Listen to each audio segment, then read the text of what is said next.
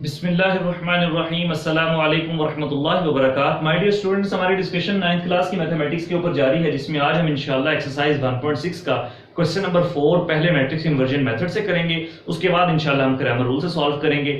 इसकी वजह मैं पहले डिस्कस कर चुका हूं, क्योंकि जितने भी स्टेटमेंट्स वाले क्वेश्चंस हैं इसमें सबसे जरूरी काम ही इक्वेशंस बनाना है। अगर मैं पहले मैट्रिक्स इन्वर्जन मेथड करवा दूंगा, उसके बाद फिर सारे के सारे मैट्रिक्स इन्वर्जन मेथड के बाद जब ग्रामर रूल पर आऊंगा तो उसमें मुझे दोबारा से इक्वेशंस आपको सिखानी पड़ेंगी और दोबारा से इक्वेशंस बना के बताना पड़ेगा। तो अब यहाँ पर एक बार इक्वेशंस बनी होंगी तो उन्हीं इक्वेशंस को देखते हुए हम एक बार मैट्रिक्स इन्वर्जन मेथड से सॉल्व कर लेंगे, एक बार ग्रामर रूल से सॉल्व कर लेंगे। अलग अलग मैं पहले करवा चुका हूँ। क्वेश्चन नंबर 1 के जितने भी पार्ट्स थे हमने पहले सारे के सारे मैट्रिक्स इन्वर्जन मेथड से किए, फिर हमने ग्रामर रूल से सॉल्व किए। ये वाले करवाने का मकसद ये है कि पहले मैं 10-15 मिनट मुझे लगेंगे इक्वेशन समझाने में, ठीक है, 5-7 मिनट 10 मिनट जितने भी लग रहे हैं। पहले इक्वेशंस बनाना सिखाऊंगा मैट्रिक्स इन्वर्जन मेथड की केस में। उसके बाद जब मैं ग्रामर रूल पर आऊंगा फिर दोबारा से 5-7 मिनट उस पर लगाने पड़ेंगे। तो इस तरह से वीडियो भी बहुत ज्यादा लेंथी हो जाती है और आप लोगों का भी टाइम जो है वो जाया होगा। इस वजह से पहले इक्वेशंस तो बनी होंगी, हम लोग इक्वेशंस पर अच्छा खासा टाइम लगा लेंगे, उसको समझ लेंगे, फिर उन इक्वेशंस को देखते हुए एक बार मैट्रिक्स इन्वर्जन मेथड से सॉल्व कर लेंगे और एक बार ग्रामर रूल से सॉल्व कर लेंगे। अलग अलग मैं नहीं करवाऊंगा। तो इंशाल्लाह आज के इस लेक्चर में हम इसी क्वेश्चन को एक बार मैट्रिक्स इन्वर्जन मेथड से करेंगे और एक बार ग्रामर रूल से सॉल्व करेंगे। तो आइए जी आज का लेक्चर स्टार्ट करें।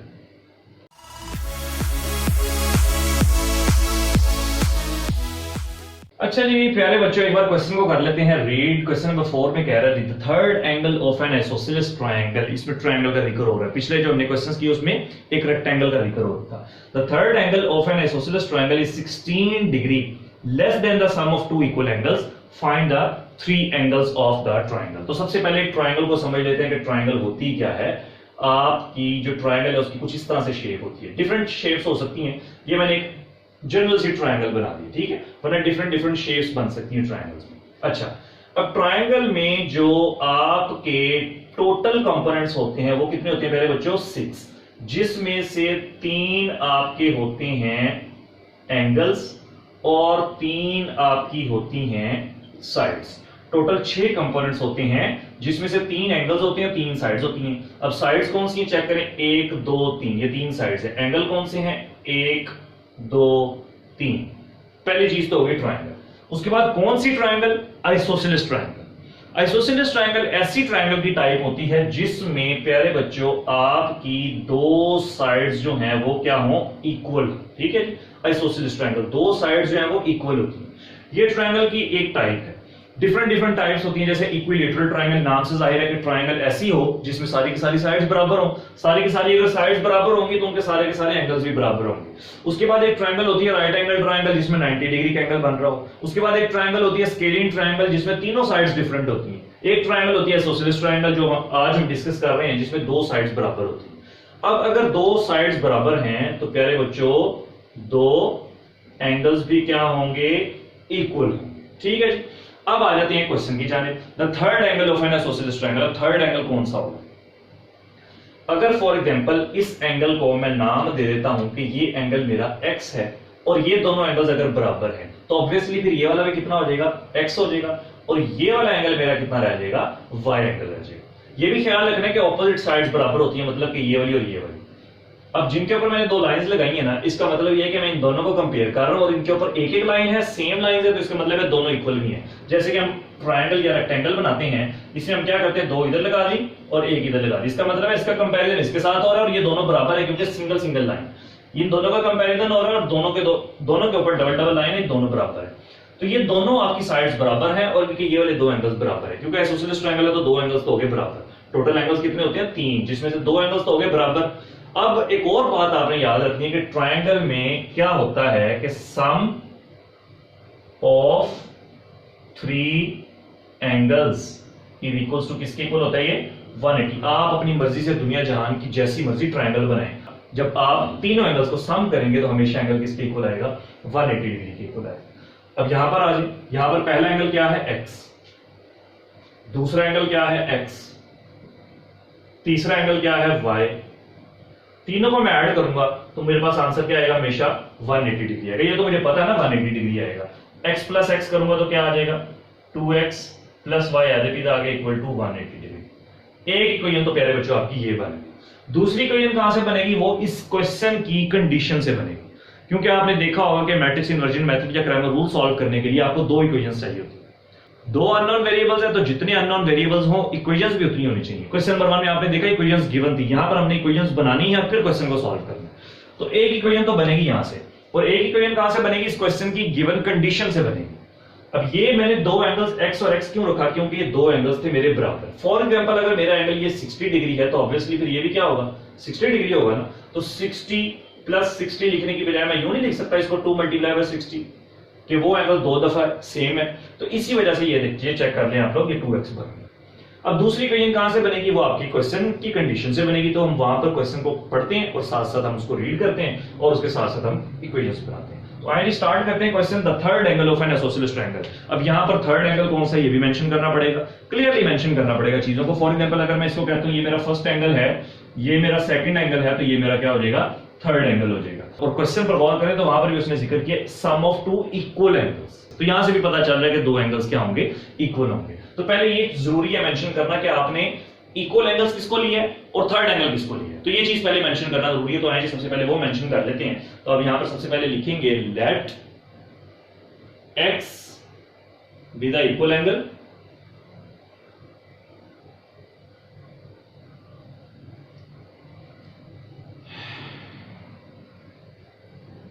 and y be the third angle। ठीक हो गया जी। अब आ जाए कंडीशन पर, द थर्ड एंगल मैंने क्या कंसीडर किया y। तो कंडीशन पढ़ते रहे, क्वेश्चन पढ़ते रहे, रीड करते रहे और इक्वेशंस बनाते रहे।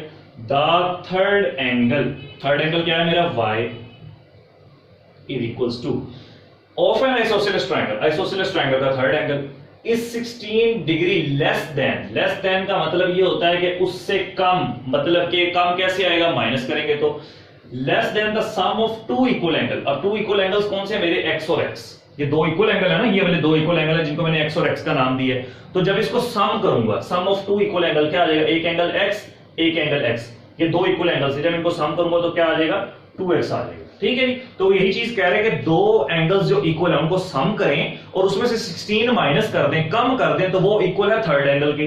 तो दो एंगल्स को सम करूंगा तो कह रहे बच्चों आपके पास आंसर आ रहा है 2x, वो जो मैंने अभी आपको वहां पर सामने मेंशन करके दिखाया। उसमें से कह रहा है 16 डिग्री लेस कर दो, 16 कम कर दो, तो वो किसके इक्वल है थर्ड एंगल के। तो ये चीज आ गई। अब आपने क्वेश्चन में गौर किया होगा तो इक्वेशंस जो थी वो इस तरह से अरेंज होती थी कि पहले x फिर y फिर इक्वल फिर कांस्टेंट। तो हम उसी पैटर्न के अकॉर्डिंग जरा इक्वेशन को अरेंज करते हैं। क्या करेंगे ये चेक करें जरा, ये प्लस y है इसको इधर ले आते हैं माइनस y हो जाएगा, और ये माइनस 16 को इस तरफ ले आते हैं तो प्लस 16 हो जाएगा। तो आपकी क्या इक्वेशन बन जाएगी, 16 इधर आ गया equal to 2x minus y। Arrange कर लेते हैं कि 2x minus y is equals to 16, और ये आपकी क्या आ गई इक्वेशन नंबर 1। मैंने सिंपल क्या किया, बस ये वाली साइड इधर लिख दी, ये वाली साइड इधर लिख दी है, क्योंकि आपने जो इक्वेशंस देखी हैं उसमें इसी तरीके से उसने अरेंज किया हुआ था। अब दूसरी इक्वेशन कहां से आएगी, वो ये मैंने आपको बना के दिखा दी कि हम जानते हैं कि सम ऑफ थ्री एंगल जो है वो 180 डिग्री के इक्वल होता है। अब हमें पता नहीं है वो एंगल्स क्या है, लेकिन ये कंडीशन तो पता है कि तीनों एंगल्स को सम करें 180 डिग्री के इक्वल होता है। तो यहां पर हम मेंशन करेंगे as we now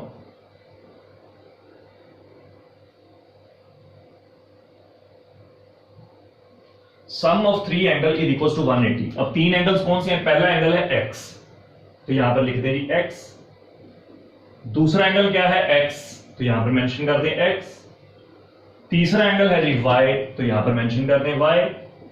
sum of three angles is equal to 180 degrees. ठीक हो गया जी। अब x प्लस x क्या हो जाएगा, 2x plus y is equal to 180 degrees. ये आपकी क्या आ गई प्यारे बच्चों, इक्वेशन नंबर 2 आ गई। अब दोनों इक्वेशंस को ऊपर नीचे लिखें और उससे आप मैट्रिसेस बनाएं और आगे क्वेश्चन को सॉल्व करना स्टार्ट कर दें। तो यहां पर मेंशन करें नाउ इक्वेशन 1 क्या थी आपकी, 2x minus y equals to 16, 2x plus y equals to 180 degrees. यहां से बनाएंगे मैट्रिसेस। कैसे बनेंगे मैट्रिसेस, x का कोएफिशिएंट 2, 2 माइनस 1, 1। उसके बाद क्या आएगा आपका यहां पर x एंड y, इक्वालिटी का साइन आ जाएगा। उसके बाद 16 एंड 180, ये सारे के सारे ना डिग्रीज में चल रहे हैं, हम एंड पर जाकर डिग्री लगा देंगे। ठीक है जी। उसके बाद जिसमें हम इसको नाम देते थे सबसे पहले a x equal to B. अब क्योंकि हम इस क्वेश्चन को मैट्रिक्स इन्वर्जन मेथड से सॉल्व कर रहे हैं, तो इन्वर्जन मतलब कि इन्वर्स आना चाहिए, ए उधर चला जाएगा, तो x इज इक्वल्स टू उधर जाकर क्या हो गया, a inverse b।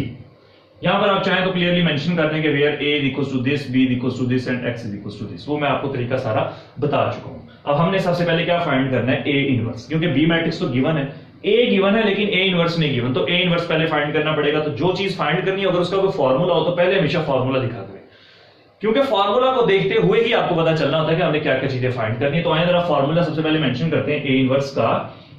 a inverse is equals to adjoint of a divided by a determinant, और हमेशा हम सबसे पहले क्या फाइंड करते हैं, डिटरमिनेंट फाइंड करते हैं। तो a determinant is equals to 2 into 1, centre में हमेशा माइनस का साइन, उसके बाद 1 माइनस 1 इंटू 2, माइनस 1 इंटू 2, तो 2 1 सा क्या आ जाएगा जी, 2 माइनस माइनस हो जाएगा प्लस, और 2 1 सा 2 हो जाएगा, और 2 प्लस 2 क्या हो गया 4, which is not equal to 0। अब हम इसका फाइंड करते हैं जी एडजॉइंट। तो आए जी जरा एडजॉइंट फाइंड करते हैं। Adjoint of a is equals to क्या आ जाएगा, पहले बच्चों इन दोनों के करने हैं साइन चेंज, मतलब कि -1 हो गया +1 और ये हो गया -2, इन दोनों की करनी प्लेस चेंज, 1 ऊपर चला गया और 2 नीचे आ गया, दोनों को उठाएं और फार्मूला में पुट कर दें तो आपका a इनवर्स बन जाएगा। So a inverse is equals to, adjoint का आंसर है जी 1 - 2 1 2 डिवाइडेड बाय डिटरमिनेंट इज 4। अभी डिवाइड नहीं करना क्योंकि फ्रैक्शन में आ जाएगा, सिंपल a इनवर्स का आंसर यहां पर पुट कर दें, तो यहां पर आप दोबारा मेंशन कर दें। So x is equals to, a inverse का आंसर है जी 1 - 2 1 2 डिवाइडेड बाय 4, क्योंकि x के इक्वल 4 और x में a इनवर्स हो साथ b भी लिखा हो, तो b किसके इक्वल है 16 एंड 180। ठीक हो गया जी। आगे चलते हैं जी, आगे क्वेश्चन को सॉल्व करते हैं। अब आपने क्या करना है, डिटरमिनेंट को सिंपल 1/4 करके साइड पे कर लेना, ठीक है जी। तो x इज इक्वल्स टू 1/4 करके डिटरमिनेंट को कर लिया साइड पर, और इन दोनों को करें multiply, 1 multiply by 16 plus 1 multiply by 180, ठीक है जी। उसके बाद आ जाए जी नीचे, नीचे क्या लिखेंगे, -2 मल्टीप्लाई बाय 16 प्लस 2 मल्टीप्लाई 180, ये आ गया जी। उसके बाद अब 1/4 को तो रखे हैं एज इट इज, 16 को 1 से मल्टीप्लाई किया तो 16 plus 180 into 1 is 180, 16 into -2 is -32 plus 2 into 180 is 360। अब 1/4 को अंदर मल्टीप्लाई करते हैं, ये सारा का सारा x के इक्वल चल रहा है और x आपका इक्वल है x एंड y के, तो ये आ गया जी x, ये आ गया जी y is equals to 16 plus 180 करें तो प्यारे बच्चों आंसर आता है 196, 196 मल्टीप्लाई 1/4। एक एक ही स्टेप में आप कैलकुलेशंस भी करते रहें और सॉल्व भी करते रहें। उसके बाद -32 प्लस 360 करें तो आपका आंसर क्या आता है 328 मल्टीप्लाई बाय 1/4, सिंपल, ठीक है जी। अब आप इसको आगे कैलकुलेट करें और आप इसका आंसर निकाल लें। तो सिंपल अब आपने एक मल्टीप्लाई करना है या फिर इनकी कटिंग कर लें। 196 को जब 4 पे डिवाइड करेंगे तो यहाँ पर मैं आपको अलग से करके दिखा देता हूँ। 196 डिवाइडेड बाय 4 तो आपका आ जाएगा 4 1 जा 4, 4 4 जा 16 और 3 बच गया, 4 9 जा 36, मतलब कि आंसर आ गया 49।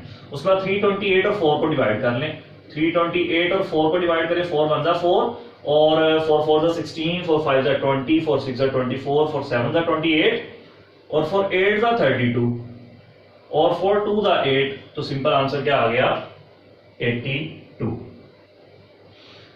ये आपके जी आंसर आ गया किसका, x का और y का, नीचे आप मेंशन कर देंगे। So x is equals to 49 and y is equals to 82।